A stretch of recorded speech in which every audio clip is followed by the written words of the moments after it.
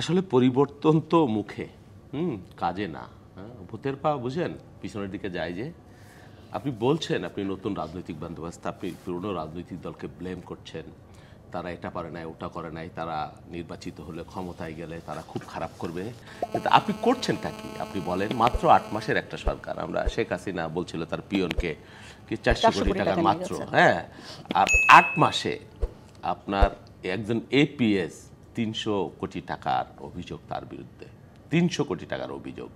এবং আমরা আকাশে বাতাসে কান পাতলে সব কিছু আমরা শুনি। আজকে একজন এডিশনাল সেক্রেটারি, যিনি আজকে মানে মাহবুব কবির মিলন, আপনার যিনি রেলপথ মন্ত্রণালয়ে ছিলেন, রেলপথ ডিভিশনে, তিনি সদ্য আপনার রিটায়ার করেছেন, তিনি অভিযোগ করেছেন যে তাই এই মন্ত্রণালয়ে উপদেষ্টার নিয়োগকৃত ৪ জন ছাত্র দাপিয়ে বেড়ায়।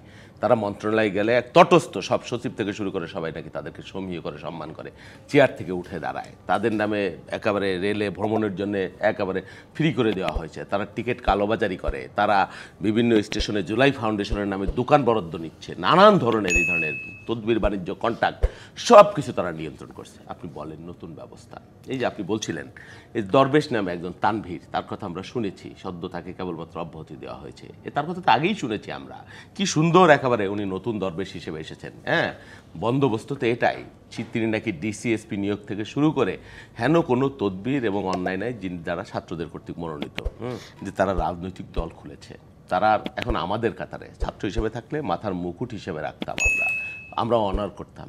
কিন্তু আপনি বন্দোবস্ত বদলাবেন, আপনি নিজে বলছেন দামি গাড়িতে চড়ছেন, প্রাডো, লেক্সাস, V6, হ্যাঁ, আবার বলছেন ব্যবসায়ীরা দিয়েছে। আরে বাবা, ব্যবসায় এতদিন আপনারা দেন, এখন কি কারণে দিচ্ছে? এখন আপনি নিচ্ছেন, আপনি এলাকায় নেতাকর্মী, অন্য অন্য দলের নেতাকর্মীদের মামলা দিচ্ছেন, মকদ্দমা দিচ্ছেন, আপনার আত্মীয় পরিজন কোথায়, কে না এই ধরনের। তারপরে আপনার এই যে উপদেষ্টার কথা বললেন, তিনি মাপ চেয়েছেন, ক্ষমা চেয়েছেন, আপনি চিন্তা করলেন। হয়েছে কি, ছেলের অপরাধ অনেক সময় করে, বাপ যদি আদর্শবান বাবা হয়, বাবা ছেলের হয়ে মাপ চাইতে পারে যে আমার ছেলের অপরাধ করেছে, মাপ।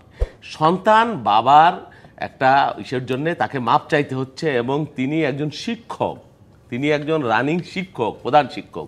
তা বাংলাদেশের কোন রানিং প্রধান শিক্ষকের ঠিকাদারি লাইসেন্স লাগে আপনি বলুন?